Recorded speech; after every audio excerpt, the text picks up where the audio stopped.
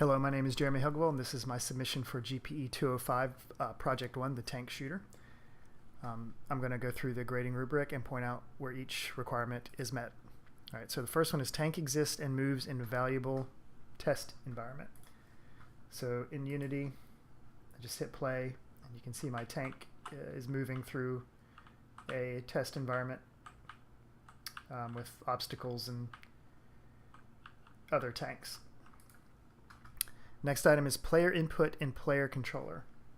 So my input is handled by an input manager, and all it does is handle input. So it has access to the tank data and the different control configs, and it handles the input in its update function for movement, firing a bullet, and aiming. So all that is in here. Next item is movement in separate tank, mover, or pawn. Right, so my movement is controlled in my tank motor class, which contains move and rotate. My tank data for like all the designer set parameters is in tank data, and my shooting and aiming functionality is in the tank shooter class. All right, next one is movement uses character controller simple move. Right, so my input manager references the motor object, which is my tank motor, and this uses the character controller object that Unity provides, and its move function just simply calls simple move. All right, next item is movement uses transform.rotate.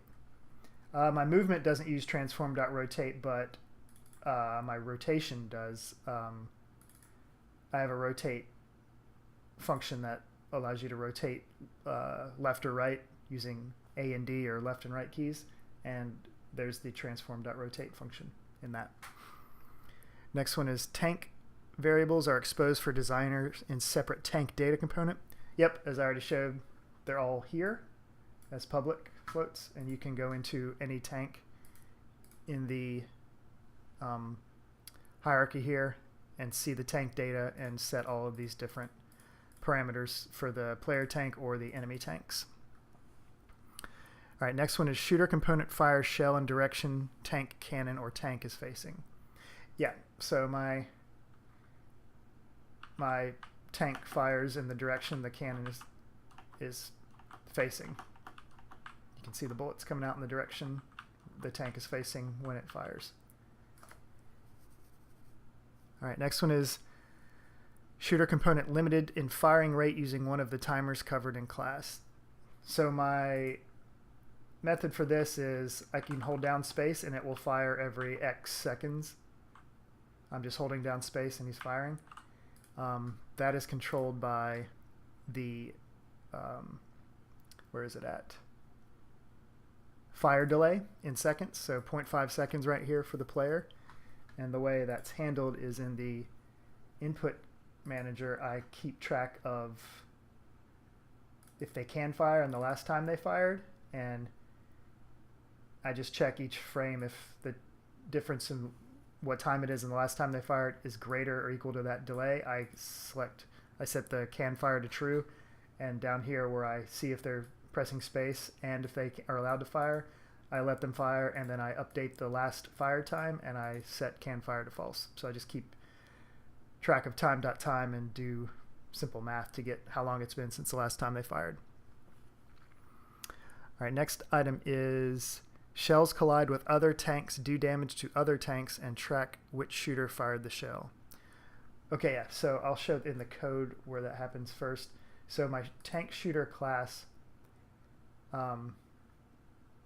just shoots a bullet by instantiating the bullet, and then it calls a fire function on that bullet that passes the damage value, the speed, and the projectile life, and the name of the person, the tank that fired it.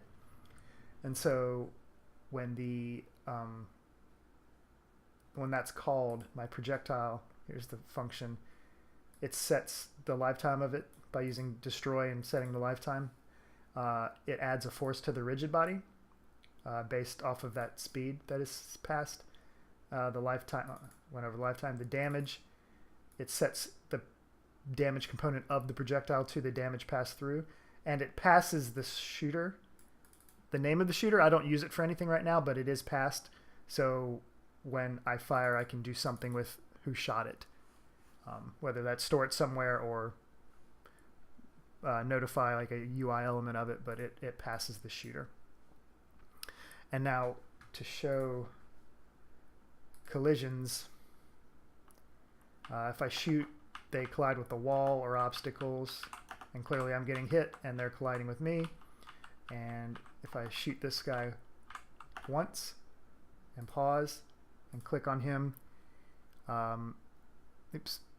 you can see that his current hit points is 25 because he got hit once, but the hit points for the tank in general is 50. If I shoot again, he's destroyed because his hit points went to 0. And since we're not playing right now, since this is in debug, my HP for the player tank is going down by 25 each time I get hit, so I'm in the negatives now. But when you play this the full game right now, it'll just exit out when you hit 0 HP or less. All right. Next one is shells self-destruct after time and after collision with any collider. Okay, so I just showed the collisions, and I already showed the time. So I destroy the lifetime. I set the destroy function as soon as it's fired, so that they will die after a certain lifetime, and that's settable per tank. Projectile speed and the projectile life, so this is in seconds. So right now they'll go for 5 seconds before dying. So if I put this to 0.5 on the player tank, or it's actually seconds, so if I put this to 1 and hit play, these should all just kind of, yeah, see, they're just dying after, or being destroyed after 1 second. Put that back to 5. All right, next one is Game Manager exists, is singleton, and allows easy access to player tank data component and updated list of tank data components.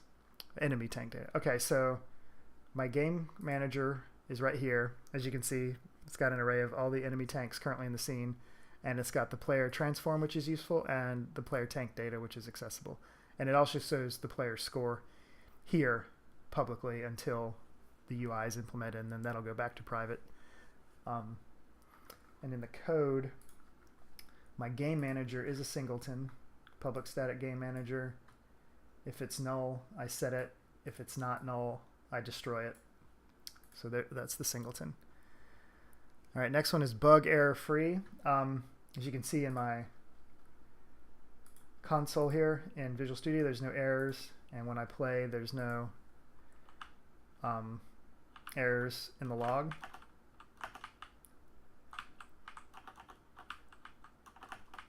And everything behaves okay. Next one is comments. Yeah, so each one of these, I've commented what each line does pretty thoroughly in all of the, and each function in all of my source files, so it's pretty clear what everything's doing. Or in a case like this, it's the same thing for each one, so I just assign that to the block. Yeah. All right, next one is project organization. All right, so I have my scene. I have a container for my enemy, a container for my obstacles. My game manager sits outside since it needs to be accessed pretty often. The ground is just here till I get a better idea of what we need for the level as far as like navigating. And the player tank is also out here since there's only ever going to be one of them. And they probably need to be easier viewed and accessed. And then you got the camera and the light. I'll probably put stuff like camera and light and ground kind of in its own object once I get a clear picture of the final state of the project. But for now, that's where they are. And then in my assets, I have an art folder, which is empty. Objects, which is where my ground is, the tank, the enemy and player, and then my bullet prefab go. And that's also where the materials are that I duplicated a bunch of materials so I can make different colors. And they are stored with whatever object they're applicable to.